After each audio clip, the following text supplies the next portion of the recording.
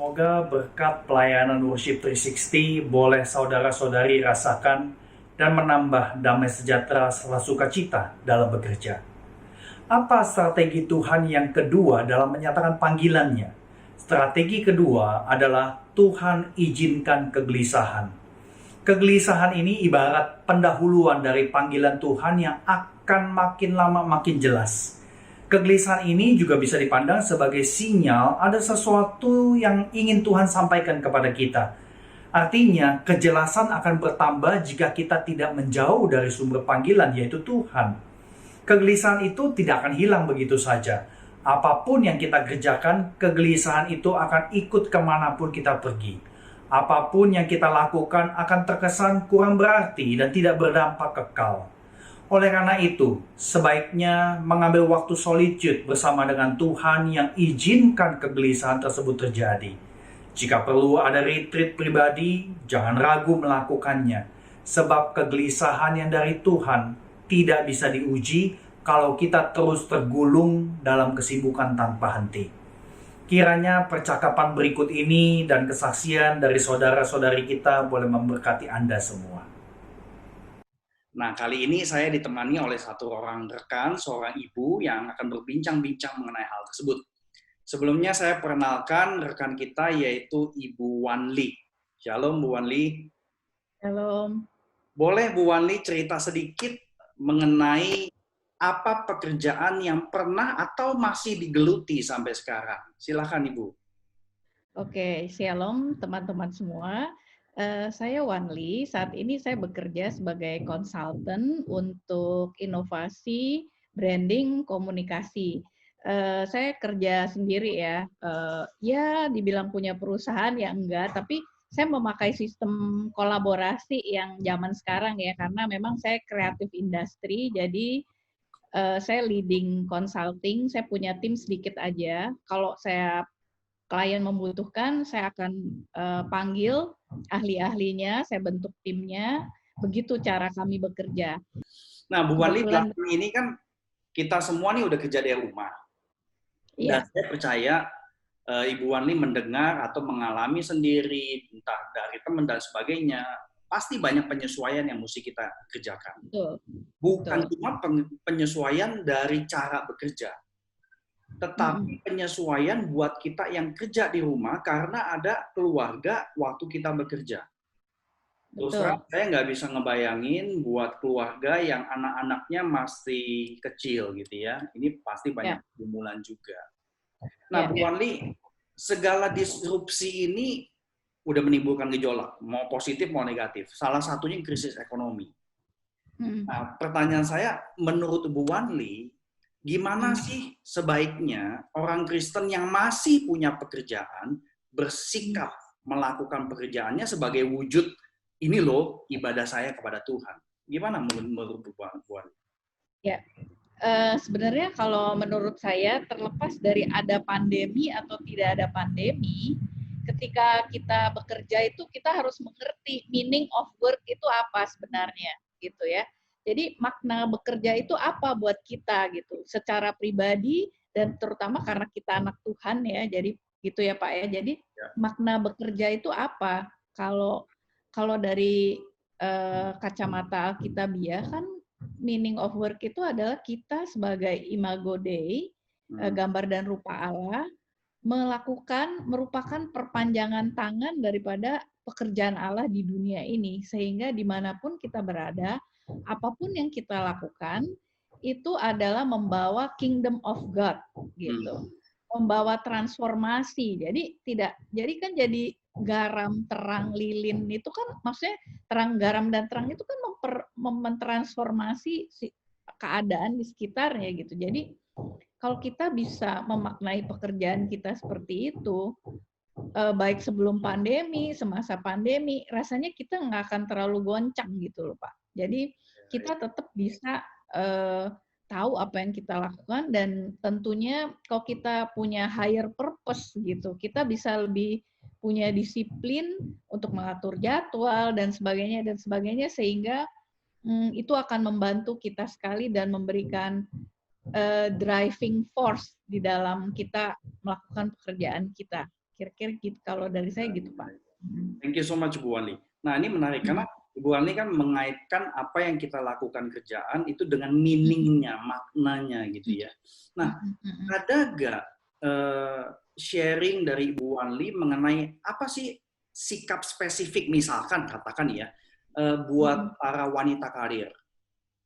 Dia harus kerja di rumah sekarang dan dia harus ya urus rumah tangga, meskipun ada pembantu tetap pasti wanita di rumah kan nggak bisa cuek aja gitu kan. Ada nggak sikap-sikap spesifik konkret mendarat yang bisa kita lebih perhatikan lah, khususnya di tengah-tengah situasi sekarang, untuk bisa mengaplikasikan apa yang tadi Ibu Wali bagikan? Kalau menurut saya gini, world view-nya dunia dan sama konstruk daripada kebudayaan kita, itu sebenarnya banyak sekali mempengaruhi world view Kristen saat ini, bukan sebaliknya. Saya ambil contoh seperti ini, misalnya kayak kasta, kelas, berkelas gitu ya. Itu kan sebenarnya dari pop culture, dari sosiologi, dari kebudayaan dan sebagainya, tapi akhirnya di gereja pun jadi seperti itu kan gitu. Atau di dalam pelayanan. Termasuk dari cara kita memandang pekerjaan dan jenis-jenis pekerjaan gitu loh, Pak. Jadi ada, kalau di gereja pembagiannya antara yang mulia dan tidak mulia gitu, yang duniawi dan tidak duniawi gitu. Kalau di dunia kelihatannya pengkastaannya itu adalah ini berkelas, ini nggak berkelas gitu. Oh, ini kelas rendahan pekerjaannya, ini kelas atas seperti itu. Kayaknya blue collar is less meaningful than white collar misalnya. Termasuk di dalamnya pekerjaan ibu rumah tangga tuh kayaknya nggak ada maknanya gitu, Pak. Jadi sebenarnya ini keliru gitu. Jadi kalau kita lihat harkat dan martabat manusia itu sama di mata Tuhan, tapi yang berbeda talentanya gitu. Dan itu tidak membuat perbedaan di dalam kasta gitu loh, Pak. Jadi saya cukup menyayangkan gitu, banyak pemikiran itu justru kita orang Kristen pun jadi terpengaruh hal seperti itu, sehingga akibatnya kita jadi gitu kan, kerjaan gue apa sih artinya gitu, gue belum direktur, jadi itu gimana sih, jadi males-malesan atau apa, gue nggak hoki, atau gue nggak bisa bersaing, atau dan sebagainya. Padahal kan nggak begitu gitu. Kalau kita balikin ke Martin Luther dulu yang memberikan contoh yang Brother Lawrence itu, even ketika kita masak, ketika kita nyapu, hal-hal sepele apapun, if you know the meaning gitu, why God tempatin kamu untuk melakukan pekerjaan itu dan hanya kamu yang bisa melakukannya. Karena kan kamu istimewa, kamu nggak ada duanya di dunia ini. Kan even anak-anak yang kembar kan juga tidak sama gitu.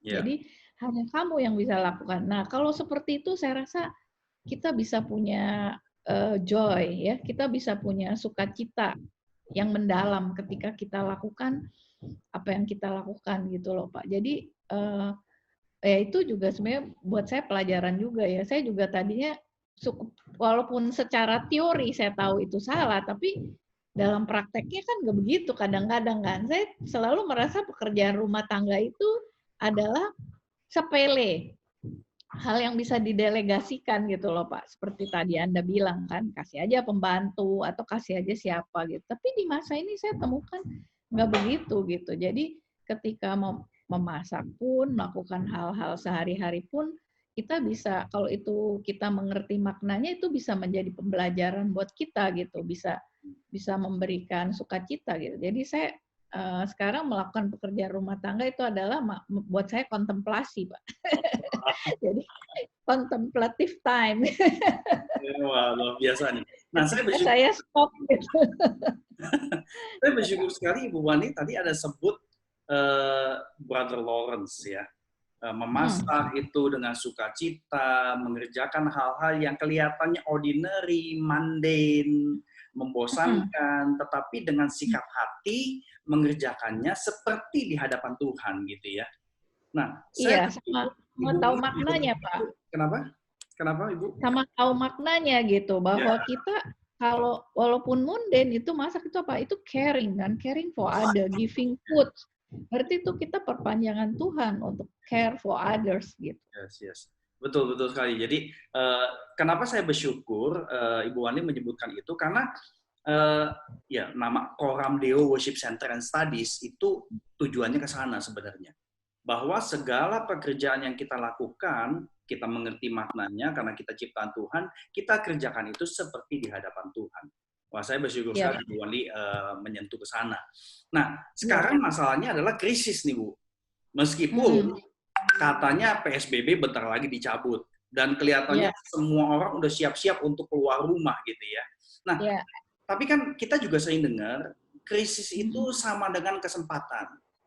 Nah, Ya. menurut Bu Wanli, apakah krisis yang sekarang ini bisa jadi kesempatan buat kita, khususnya orang-orang Kristen, untuk mikirin ulang mengenai panggilan kita bekerja?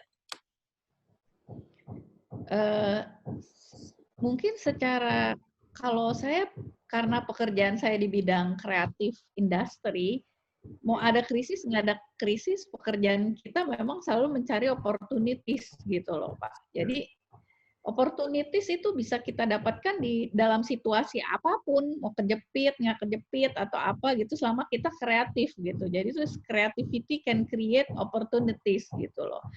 Jadi itu seperti itu. Lalu yang kedua, mengenai masalah pandemi ini, saya rasa setiap orang impact-nya nggak sama gitu. Jadi mungkin ada orang yang stres banget, khawatir banget, mungkin impact-nya psychological needs, physical needs akan berbeda dengan kondisi yang berbeda, mungkin resources-nya juga yang dimiliki berbeda, sehingga impact-nya beda. Jadi temptation-nya akan berbeda gitu loh Pak. Jadi mungkin saya juga dengar dari beberapa teman saya gitu ya, jadi mereka juga jadi bertanya, kalau tertekan banget dengan pekerjaannya, mereka langsung mikir, apa gue pindah kerjaan ya? Apa gue calling gue nggak di sini ya? Gitu. Itu memang banyak banget saya dengar gitu. Saya cuman sharing sama teman-teman saya bahwa harus jelas calling kamu apa. Pindah pekerjaan tidak berarti menyelesaikan permasalahan kamu kalau kamu tetap nggak tahu callingnya gitu. Saya bilang seperti itu.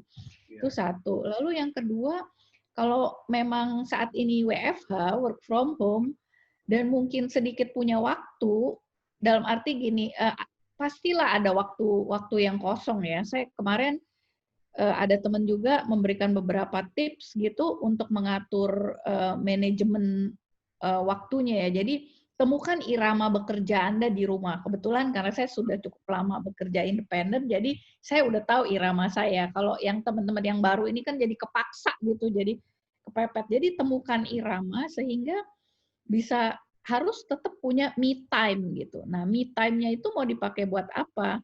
Nah, kalau memang masih nggak jelas calling-nya, pakailah buat menemukan calling, sehingga dengan demikian atau mempertajam atau kayak gimana gitu, tergantung kondisi masing-masing, sehingga bisa tahu next step-nya mesti ngapain gitu. Kalau nggak kan jadi bingung gitu, nggak ada pegangannya untuk mengambil keputusan gitu Pak. Ya, thank you so much Bu Wani. Nah, tadi Bu Wani ada sebutin irama bekerja itu perlu ditemukan. Saya sangat setuju Ya, sekali. Ya, ya.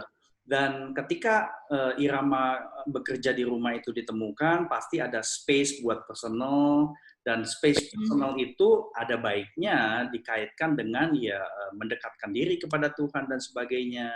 Nah, apakah ada pengalaman-pengalaman yang lebih personal dari Ibu Wanli, di mana ketika pakai me time itu, apa yang Ibu Wanli lakukan untuk memperdalam kerohanian dan mempertajam kepekaan gitu loh, sehingga bisa lebih tajam mendengar apakah pekerjaan saya yang sekarang ini makin diteguhkan oleh Tuhan, atau Tuhan lagi pengen geser kita ke panggilan yang berbeda.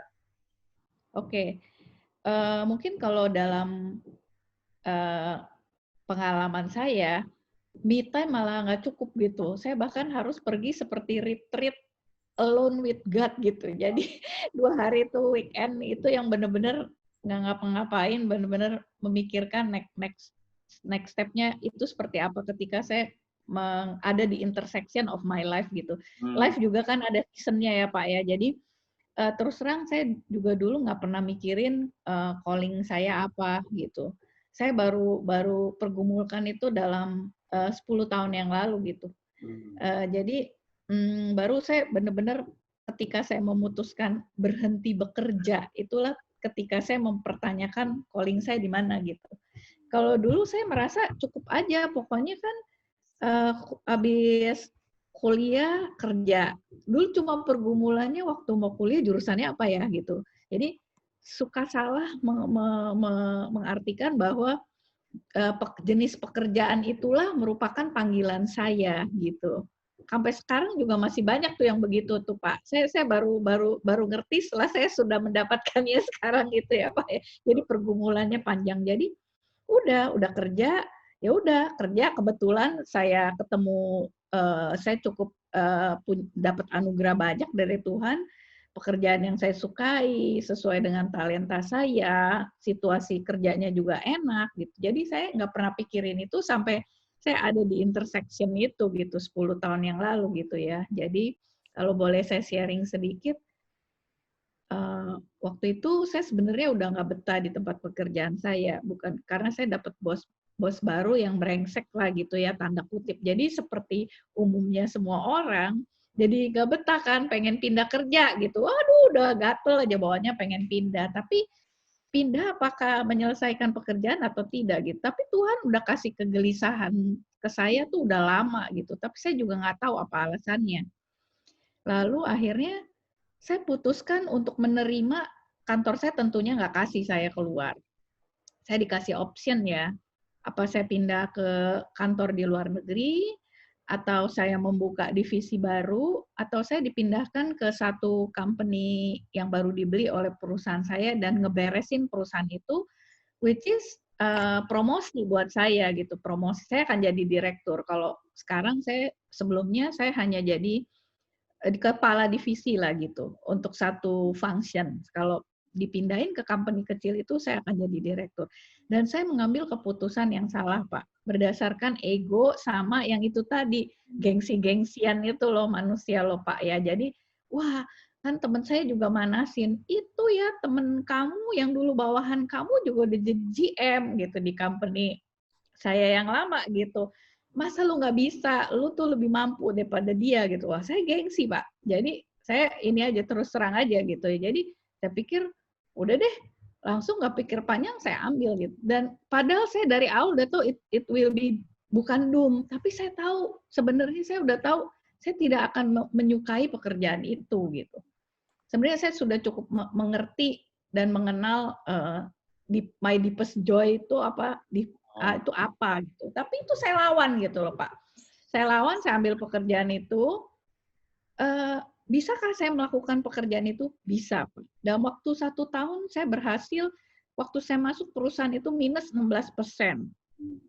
Ketika akhir tahun, setahun itu sudah plus 20% gitu. Tapi itu sakit kepalanya luar biasa dan itu benar-benar mengganggu saya gitu.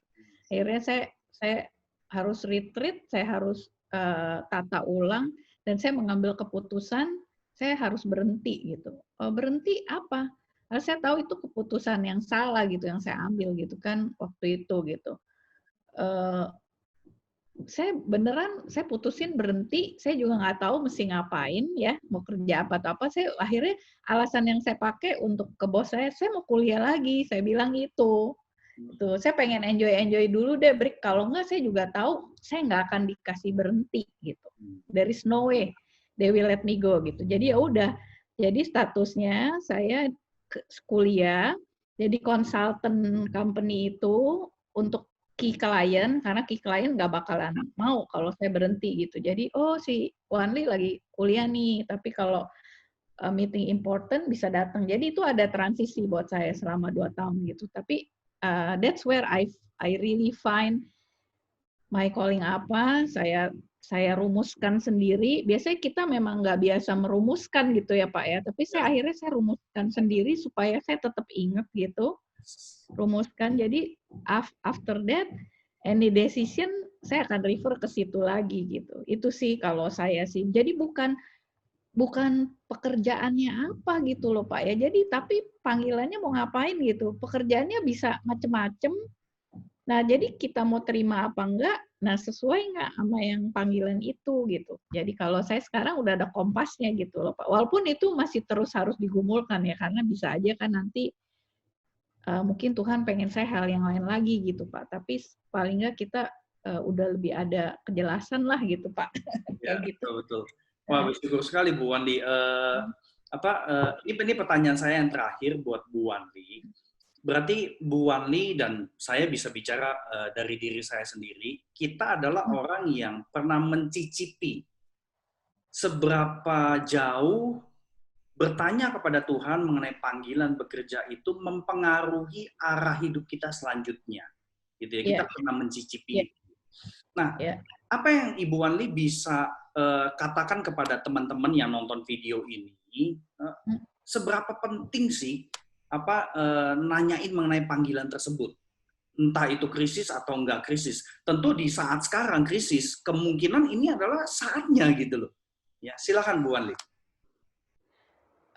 Saya sih cuma melihat bahwa dengan panggilan yang jelas itu you can be more effective and have a more meaningful life ya kalau saya bilang ya. Jadi maksudnya mengerjakan keselamatan kita dan mengerjakan talenta kita itu jadi lebih optimal kalau saya bilang. Kalau kita tahu callingnya apa gitu. Kalau enggak dan itu juga terkait dengan memanfaatkan waktu kita kan Pak gitu kan. Nah itu semua terkait gitu. Jadi kalau nggak tahu ya susah gitu. Kebetulan karena bidang saya kan branding, komunikasi gitu. Kalau kita ibaratkan misalnya untuk perusahaan sama brand aja, kita bisa create vision-nya, mission-nya apa gitu.